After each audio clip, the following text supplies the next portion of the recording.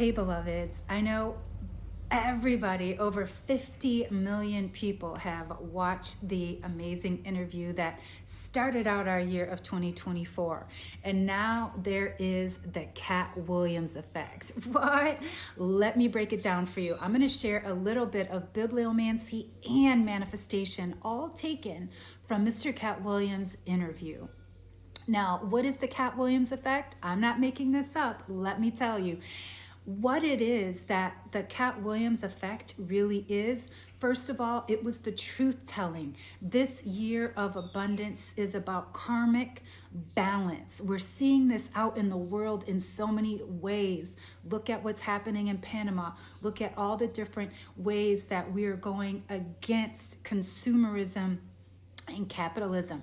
Things are starting to change. And I started predicting all of this stuff back 2-3 years ago. I'll dig out my notebooks where I shared and talked about this, as well as the rise of the continent of Africa. But there's so much more, and I don't want to get off topic. So what is the Katt Williams effect? As I was saying, it is the truth telling that he started out this year with. He cleared all the stuff.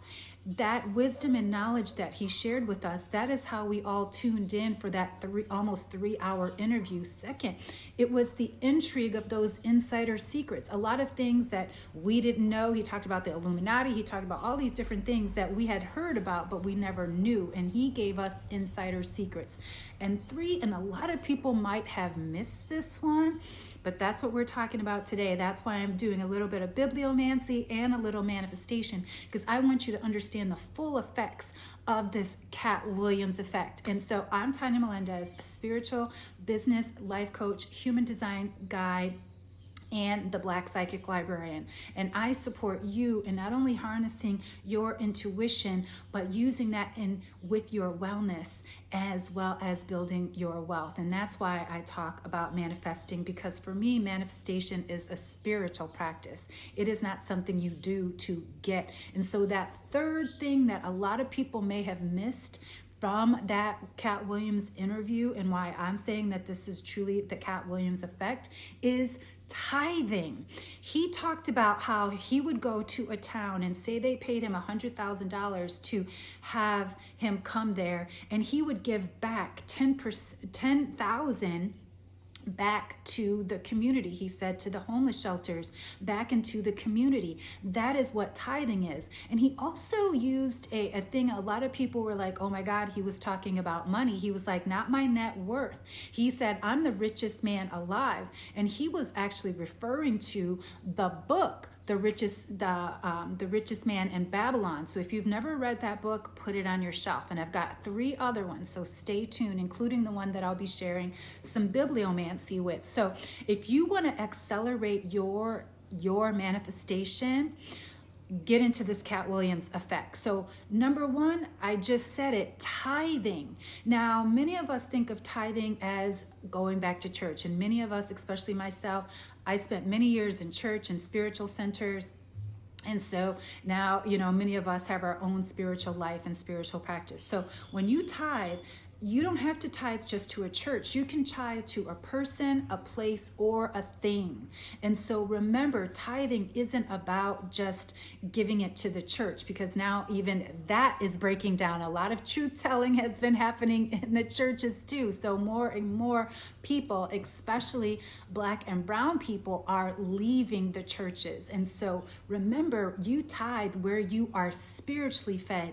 It doesn't matter if that's a person who gave you some insight, a book that you read, something that you saw, a piece of art, where you feel spiritually fed and inspired. 2, Katt also talked about him reading. He said by age 12, he had read over 3,000 books. Most of us have not even gotten close to that. So and he said he didn't read fiction. I know all the book talk and booktube and even bookstagram, but even the books that I share and book astrology and all that I share, I rarely share fiction, because I don't really read fiction. The only fiction that I can tell you in the last 2 years, I think I've read 5 fiction books out of the other multitude of nonfiction that I read. So read spiritual nonfiction, because remember, knowledge is power.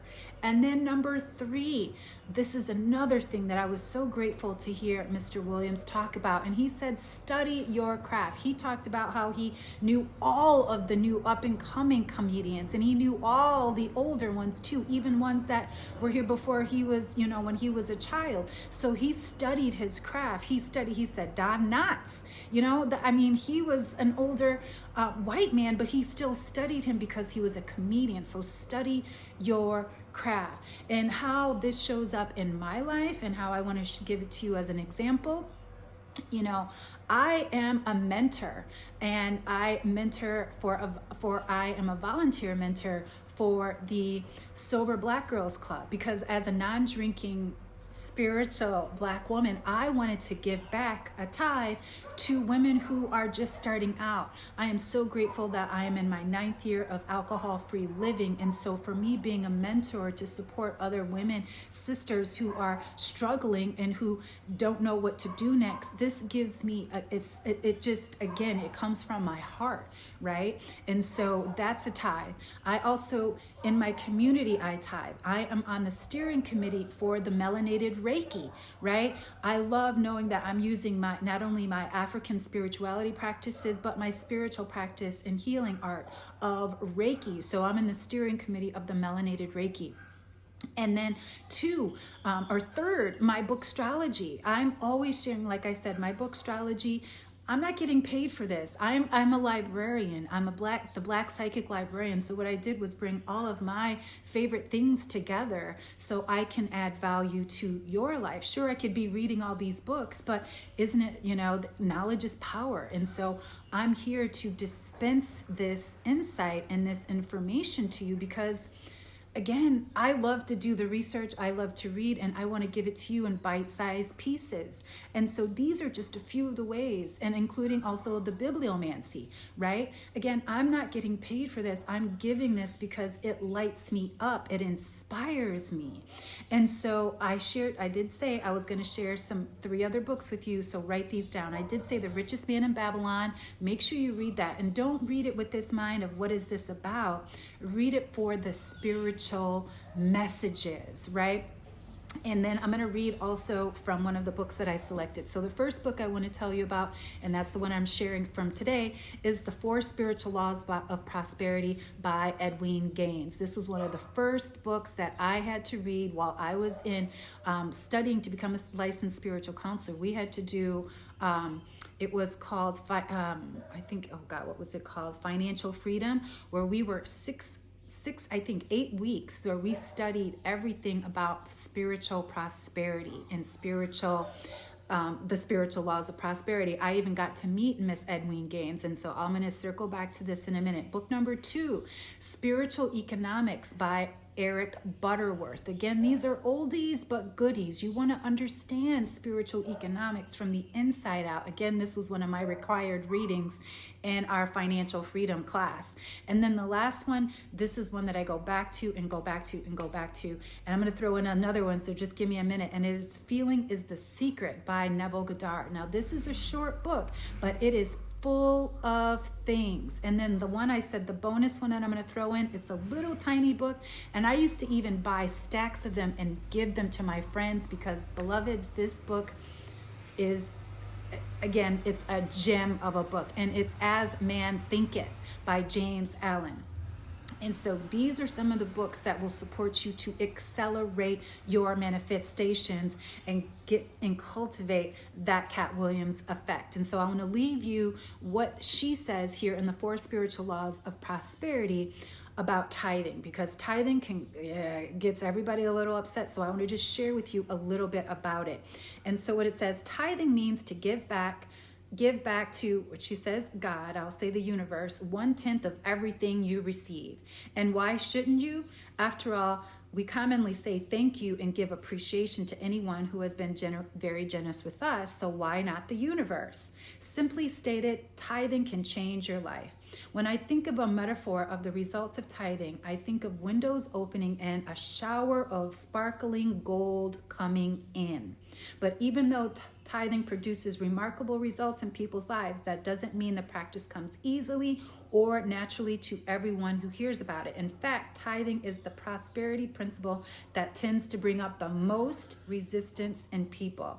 And I have come to understand that any resistance people feel towards tithing invariably comes from a fear that there is not enough to go around. But the truth is, we live in a lavish, abundant world where all our wants and needs will be provided for, something we have to come to learn firsthand on our journey of prosperity. So if you are really working on manifesting prosperity, get these books, embrace the Katt Williams effect. Thank him first, and thank you, Mr. Katt Williams, for your words of truth and giving us all of this whole effect, as well as getting back into the books. I am so grateful that you talked about reading and shared your love of knowledge and love of wisdom. And so it's your turn, beloved. Happy reading and happy manifesting.